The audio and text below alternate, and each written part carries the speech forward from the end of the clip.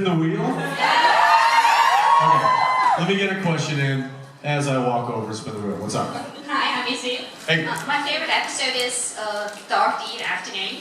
And I wanted to know how long it took you to shoot the scene with the bird. You know, the discussion, the bird sit on the collar and you say, hey, come on! How long did it take to shoot that scene? Without laughing. Not long at all, because just about every scene we did was ridiculous like that. But I will say that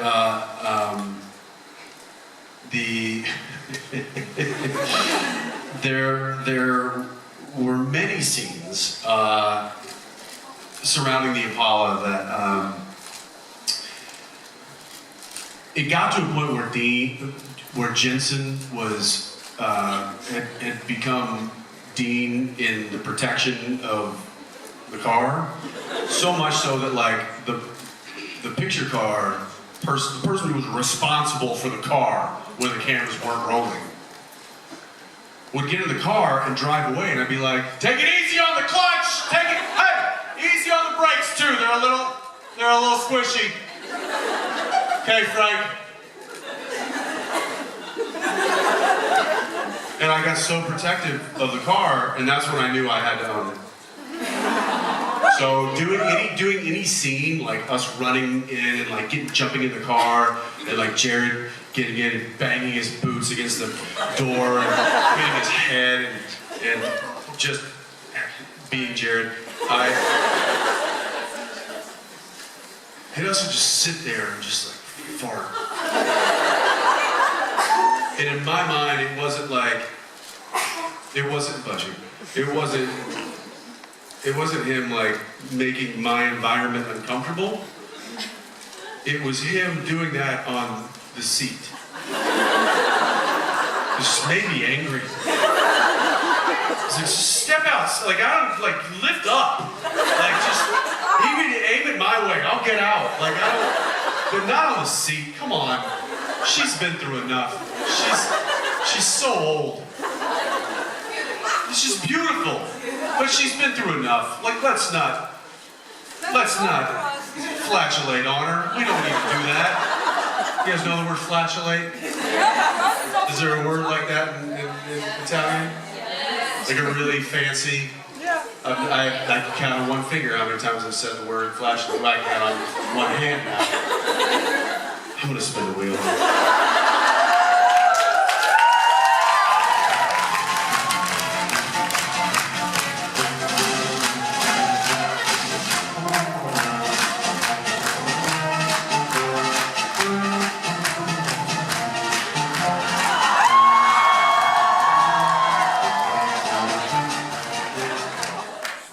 It's like it knows me.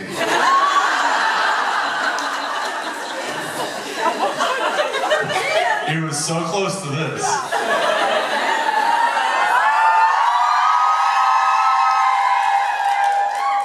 And I was like, have faith.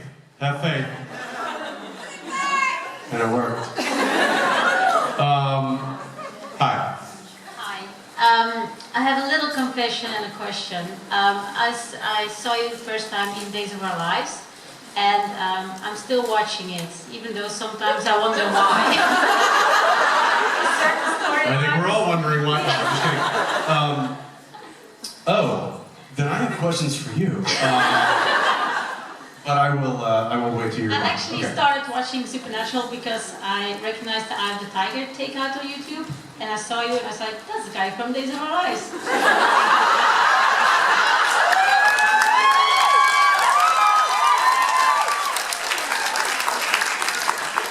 Hey, that was Eric Brady. 3 Eric Bradys ago. Hasn't that character been like recast? I know one person He's came recast. back. In Belgium we're like 5 years behind in the US, but he's still the same for at least 7 years or so. Is it still Greg Vaughn? Yeah. Yeah. Yeah. Old friend of mine actually, who called me up and was like, "Hey man, they've offered me the role of Eric Brady. It would feel weird saying yes to it without talking to you." And I was like, "Greg, knock it out, bro. go do it. He was like, okay. So Greg's still doing it. Yeah. Great, cool. So my question is, aside from being new in the business at the time, what's the major differences between working on a soap opera set and on series like Supernatural and The Boys and stuff? Outrageously different. So I'm gonna get a little business with you guys. So the first major show I did in Hollywood was a show called Mr. Rhodes. Some of you know this. Bear with me.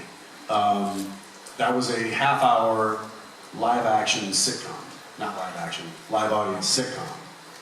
Like Friends, Seinfeld, Big Bang Theory, those shows, right? You got several cameras lined up. You have an audience of 200 to 300 people in front of you, and you perform your scenes, right? So that was my first job. And to date, the best schedule Hollywood has to offer, to date. The next best thing, in my opinion, would be daytime soap operas. So, soap operas have 30-some actors. And then they have storylines. They have multiple storylines, right? What would you say, 4 or 5 storylines going on at the same time? More or less, yeah. Yeah. And each episode spends about 12 to 20 pages of script per storyline. Okay? So if I'm in, let's call them A, B, C, D storylines. If I'm in the B storyline, that B storyline has 18 pages of script. They shoot all of those 18 pages consecutively on that day. It can take, to shoot 18 pages on a soap opera, an hour, maybe 2 hours, because they're shooting an entire hour episode a day. They're shooting 65 to 70 pages a day. So I would go in and do 12 pages of dialogue and be at breakfast, so the cameras start rolling at 9 a.m. every morning. There's a 5, they take 5, you know, you've heard that term, take 5. They take 5 minutes at the top of every hour. Everybody walks off set, takes 5 minutes, the crew goes out, has a smoke, have a Coke, whatever, call your kids, go to the bathroom, whatever you gotta do. Then you come back and you keep working. Then you go to lunch, come back, keep working. You're done by 6 or 7 p.m. And you've shot 60, 70 pages of script. That's a lot. Supernatural was about 40 to 50 pages of script. And it took us 8 days to shoot. So, right there, like, it's just a whole different animal. Is it easier if it's in a week? This is why I think daytime actors and daytime programming in general don't get enough credit, is because they're jamming in they're jamming in an entire hour-long script in a day. What most people take 8 to 10, The Boys, 15 days to shoot one episode. So a whole month.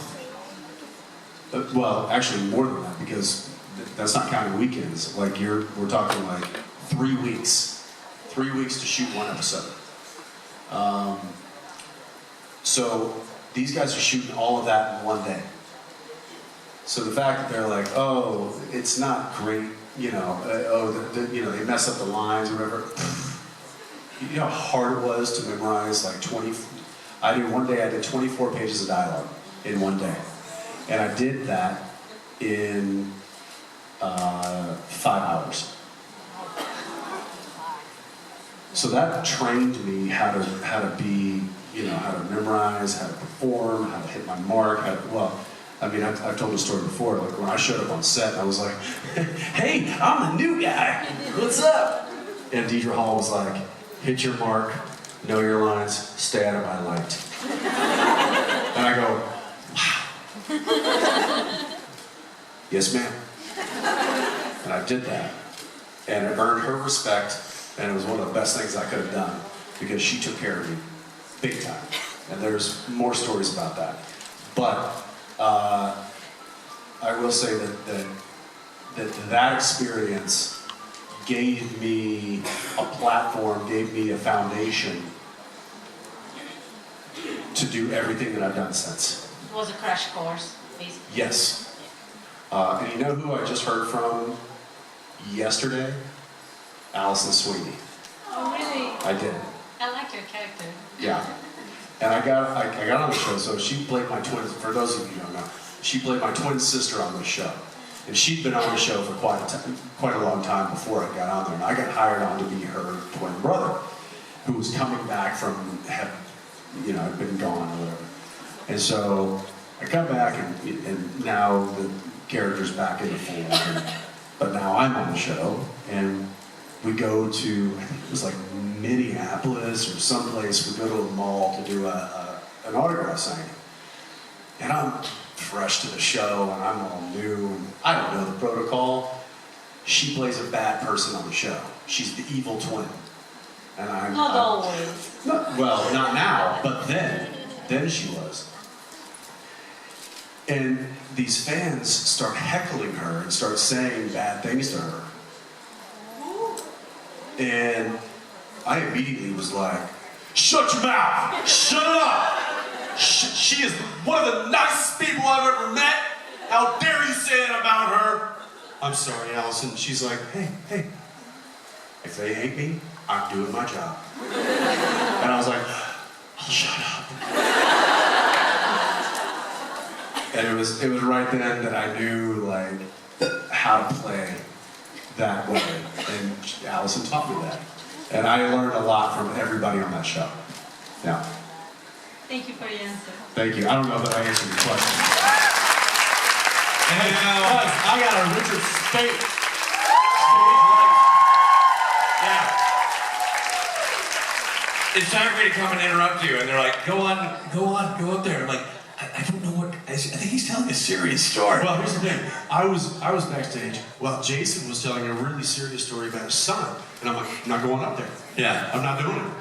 Well, that's what I mean. I hear you had your serious Jensen voice, and that's when I saw him and I thought, that's a good person right there.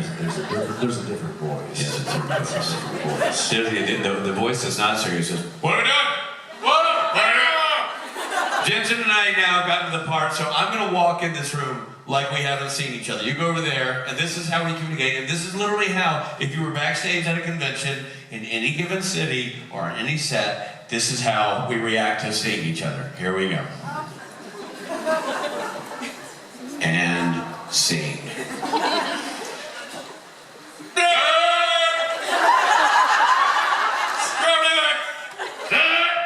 There he goes.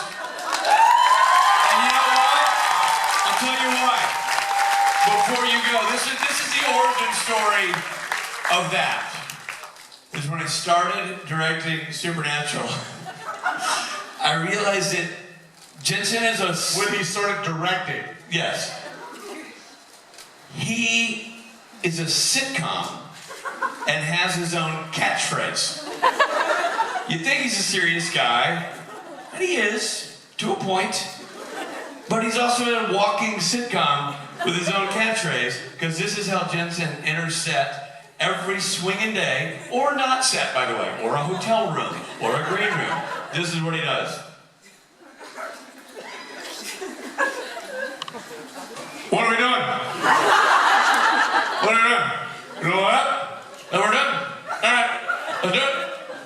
Everybody do it. We're circling it up. We're going to do it. What are we doing? I don't know what we're doing. What are you doing? Huh? Somebody tell me what we're doing. I can't do it if you don't tell me what I'm doing. Well, what do we do? It's such a simple question.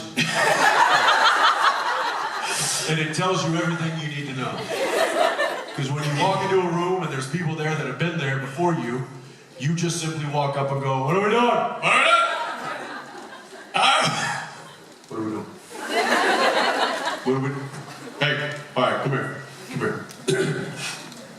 What are we doing? That's it.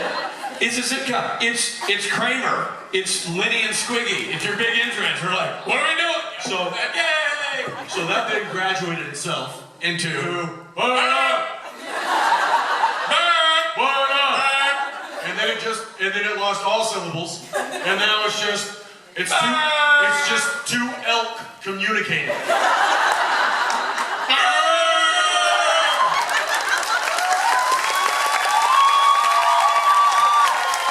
And the weird thing is, now there's an entry. Jensen and I walk in the hall and go, Rob will say, we're making sandwiches. He'll answer the, what are we doing? Otis having a little mixer. What are you guys doing? Thank you, Papa. What are we doing? One of my favorite what are we doing stories was during an episode of the show. It was very complex. I was obviously newer on the directing side, a veteran of the business, but newer on the directing side, and still cutting my teeth on stuff. And it was a scene where Brad Creaser was in a mood. And you know exactly what I'm talking about. He's a national treasure of several nations. But man, when Creaser gets in a mood... He's our A-camera operator, for those who don't know. You guys have probably... If anybody listens to the podcast, we've interviewed Brad several times. He literally is a close personal friend of both of ours. Lord knows he's got to be like, you guys are thick as thieves. He's like the third lead actor. I spent several of my own birthdays in his dining room with his wife, like cooking me steak and him and I having scotch. And I was like, no place I'd rather be. Yeah, great guy. Gets in a mood. Occasionally, man gets a little... He does get a little cranky. Yeah, long days. Especially green directors, maybe not making a decision or something. But Brad goes, Brad, we're doing a scene where Jensen has to fire a weapon. Obviously, we take that kind of stuff very seriously. So we're talking about what lens we're going to use, how far it's going to be. Jensen's not on set yet. We're waiting to call you into set. We go, well, let's audition the 40 millimeter lens, which means let's try it. We're not committed to it. We're going to try it. Brad puts on the 40, and while I'm not looking, has the whole camera team fire up the plexiglass. Like that. Yeah. So the protective gear. Which takes a minute. It takes a minute for them to get it on and get it set. So now Brad can be operating the camera. Jensen could fire a weapon in the vicinity of the camera, and Brad would be protected from any debris that would be coming out of the false round. He does that, and I walk in, and it's not the right lens. We go in, and I go, Brad, I don't think it's the right lens. Well, I just did the whole camera. Meanwhile, the first AD is calling Jensen to set. He's like, Jensen's on his way. Don't call Jensen. We're not ready for Jensen. Don't call Jensen. We're not ready for Jensen. Like, well, you said try the lens. I said try the lens. Don't put the thing on that means we have to use the lens. That's not the lens. Oh, here comes Jensen. Everybody backs away. What are we doing? And Brad immediately goes, well, we were going to do this scene where you fire a weapon at me, and I had the Lex hand ready to go, but now Rich wants to take the Lex hand off, and I don't feel safe. We're not doing it. We're not doing it. There's a set Speight. I don't care how many times you've been on this show. We're safe here. I'm Jensen goddamn Ackles, and I will not fire a weapon at Brad Creaser. That's unsafe. We won't do it. I didn't say that. Do that.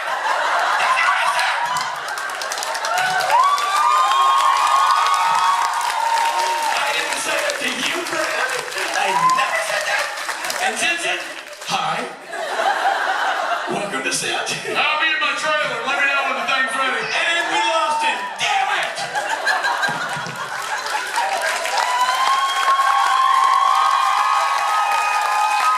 And that's why I not only love what are we doing, but I also get a little bit of shit every time. So I have to tell you, so I worked on a show, Big Sky, this past fall. Right? I'm not kidding. I walked on set. What are we doing? And nobody really understood what I was asking.